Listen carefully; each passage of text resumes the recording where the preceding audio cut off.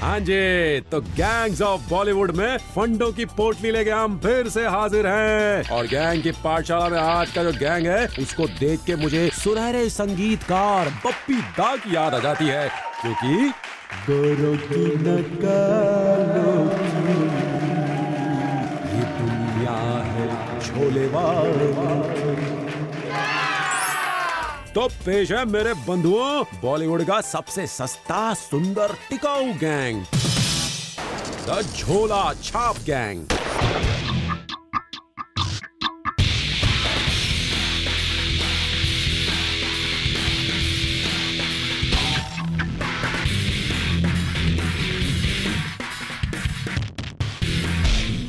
भाई बप्पी दा की तरह गोल्ड भले हमारे झोला गैंग के पास ना हो, पर ये बंदे बड़े गोल्डन है, क्योंकि हाथ में पैसे ना हो तो ये फिल्म फेस्टिवल में फ्री की फिल्में देखने पहुंच जाते हैं। दाढ़ी भले ही बढ़ जाए पर ब्लेड के पैसे बचा के अपनी फिल्मों की एडिटिंग करवाते हैं और अपना अपना झोला संभाल के एक दूसरे की मदद एकदम साथी हाथ बढ़ाना स्टाइल में करते रहे। इसीलिए जब बॉलीवुड के हर गैंग का दरवाजा हो जावे बंद तो लोग इनके दरवाजे पर आ जाते हैं। पूछो क्यों? क्योंकि झोले वाले भाइयों के घर के दरवाजे पर कुंडियां और लॉक होते ही नहीं, तो यहाँ आना फ्री, जाना फ्री और बात जम गई तो खाना फ्री होता है। बाजी, इस गैंग में ना कोई गुरु है और ना कोई चेला। जब जिसको मौका मिला वही हो गया पहला। और अब टाइम आ गया है कि और टाइम खोटा ना करते हुए क्यों ना इस गैंग के गैंगदारों से आपका परिचय करवा दिया जाए, उनसे जो हैं इस गैंग के झोला वालाज।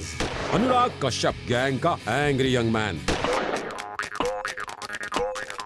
अनुराग पाजी की नाक देख के लगता नहीं कि उस पे इतना गुस्सा एक साथ बैठ सकता हो। इनकी लाइफ में गुस्सा होने के मुद्दों की काउंटिंग तो भैया डेव डी की सीडी पे लिस्टेड गानों से भी ज्यादा है। खुले आम बड़े स्टार्स को कुछ भी बोल देने वाले अनुराग पाजी कब किस मामले में भड़क के किसको क्या बोल दें, इसका अंदाजा लगाना तो मौसम विभाग के भी बस का रोग ना है। और ऐसा ही कुछ हाल उनकी फिल्मों का भी है। कभी उनकी फिल्में इतनी रियल हो जाती हैं कि बैन हो जाती हैं, तो कभी कोई फिल्म आराम से रिलीज होके धुआं हो जाती है। इसका दर्द अनुराग पाजी को इतना है कि डेव डी के इमोशनल अत्याचार सॉन्ग में भाई ने गिनती तो गिनी, पर 1 2 3 4 6 बोल के 5 को वहाँ भी रिलीज न होने दिया। अब कल की छोकरी कल को लेकर फिल्में बना रहे हैं पाजी। क्वालिफिकेशन, ये बंदा एक बच्चे की पॉकेट मनी के बजट में भी फिल्म बना सकता है। काल्की, अनुराग पाजी की राइट हैंड।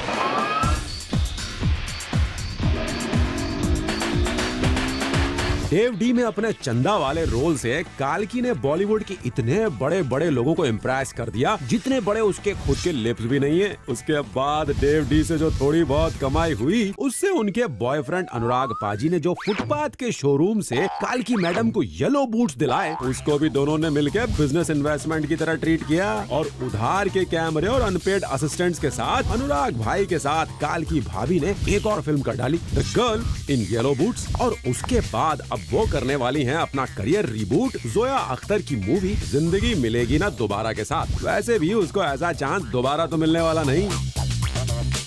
क्वालिफिकेशन, कल की मैडम की तरह अनुराग पाजी का सच्चा साथ निभाने वालों का जरूर भला होता है। विशाल भारद्वाज, झोला गैंग का स्टार। विशाल पाजी तो वैसे काफी म्यूजिकल टाइप के बंदे हैं और चड्डी पहन के फूल खिलाते खिलाते जो उनकी दोस्ती हुई अपने गुलजार साहब से, तो विशाल भाई खुद भी डायरेक्टर की टोपी पहन के एक मकबूल डायरेक्टर बन गए। और गुरुदेव उनकी फिल्मों में काम करने के लिए बड़े बड़े स्टार्स लगाते हैं लंबी लंबी कतार। शाहिद कपूर ने तो 2-2 लाइनों में अपना नंबर लगाया हुआ था, इसीलिए जब उसका नंबर आया तो उसके हाथ लग गया कमीने में डबल रोल। और जब सतरंगी एक्ट्रेस की लाइन होने लगी लंबी तो विशाल पाजी ने 7 खून माफ बना के ऐसे 7 सतरंगी एक्टर्स को अपनी पिगी चॉप्स के हाथों मोक्ष दिला दिया। विशाल पाजी की खासियत है कि जमी जमाई स्टोरी लेकर भी उसको बड़े अलग स्टाइल में लोगों के सामने पेश करना। बेचारे शेक्सपियर ने सपने में भी ना सोचा होगा कि उसकी ओथेलो यूपी में भी बन सकती है। खैर, विशाल पाजी तो किसी की भी कहानी कहीं भी ले जाने में एक्सपर्ट हैं, इसीलिए तो वो हैं इस गैंग के star member. Qualification, music, writing, direction, हर मामले में अपना विशाल पाजी के हाथों में है परफेक्शन। अभय देओल, झोला गैंग का सच्चा हीरो। भाई पाजी दियोलों की दुनिया से आया ये दियोल जरा डिफरेंट टाइप का दियोल है। कहने का मतलब ये कि पाजी ना इस दियोल को 2.5 किलो का हाथ दिखाने की जरूरत है, ना बॉबी जैसे अपने बाल हिलाकर डांस करने की। ये तो जी है एक सच्चा कलाकार। फिल्मों के लिए कॉस्ट्यूम का बजट नहीं है तो ये अपने कपड़े पहन के शूट पे आ जाता है। फिल्मों के लिए पैसे नहीं है तो ये बंदा चिल्लर पैसों में काम कर लेता है। और तो और गुरुदेव, सुनने में ये तक आया है कि काफी दफे तो बंदे ने फ्री में भी फिल्में कर दी हैं। एकदम संत टाइप का बंदा है जिसको सिर्फ सिनेमा माता से प्रेम है। बोलो बाल भक्त अभय द्रोणाचार्य की जय। क्वालिफिकेशन, पैसों से ज्यादा पैशन। झोला गैंग के असली हीरो का यही है असली टशन। कोंकणा सेन शर्मा, झोला गैंग की काजोल। जो भी झोले वाले भाई काजोल को अफोर्ड नहीं कर सकते, उन गरीब लोगों को कोंकणा से काम चलाना पड़ता है। वैसे कोंकणा मैडम ने कई मेन स्ट्रीम फिल्में भी की हैं। खैर, अपनी एक्टिंग और स्टाइल के साथ कोंकी मैडम गरीबों की काजोल वाला अपना ये रोल बखूबी निभा रही हैं और निभाती चली जा रही हैं। पाजी, जैसे कोंकणा मैडम बड़े बड़े गैंग के सामने लाइन लगा के खड़ी रहती हैं, वैसे ही अपने झोले वाले उसके घर के सामने खड़े होते हैं। क्वालिफिकेशन, झोले के बाहर भी कोंकी का है बड़ा मार्केट, इसीलिए झोले वालों के बीच उसकी डिमांड कभी कम नहीं होती। शबाना आंटी एंड नंदिता दास, झोला गैंग की समझदार हीरोइंस। ओ यारा, झोला गैंग की नारियों की एक विशेषता होती है, मुद्दों पे बयान दो, मीडिया के सामने बने रहो और फिल्में करो तो ऐसी करो जिनको देख के मुद्दे कम ना हो बल्कि उन पे बहसबाजी और भी ज्यादा हो। हाँ जी, अपनी शबाना आंटी और मैडम नंदिता दास जी की लाइफ की भी यही फिलॉसफी है। क्वालिफिकेशन, फिल्मों में दिखो न दिखो, न्यूज चैनल में जरूर दिखते रहो क्योंकि पाजी जो दिखता है वो ही बिकता है। नेहा धूपिया, गुल पनाग एंड चित्रांगदा, झोला गैंग की हॉटीज। भैया, तुमने क्या सोचा था झोला गैंग में सिर्फ शबाना जी और नंदिता जी जैसी अनकन्वेंशनल ब्यूटी नजर आएंगी? भैया, इधर विटामिन एन का भी फुल टू बंदोबस्त है। विटामिन एन मतलब नजर सेकने का विटामिन मेरे प्यारे। नेहा बेचारी का मेन स्ट्रीम करियर कभी धूप कभी छांव दबे पांव चल रहा है, इसलिए उसे जब चांस मिलता है पैरेलल टाइप की फिल्मों में लीड रोल कर लिया करती है बेचारी। वही हाल है अपनी गुलपनाग का। अपनी एमजी रोड के गड्ढों से भी गहरे उसके डिम्पल्स देख के समझ जाओ कि उसको रोल्स भी उतने ही गहरे टाइप के चाहिए। और मैडम फिल्मों में कम और इवेंट्स में और माइक्रो ब्लॉगिंग साइट्स में ज्यादा व्यस्त रहती हैं।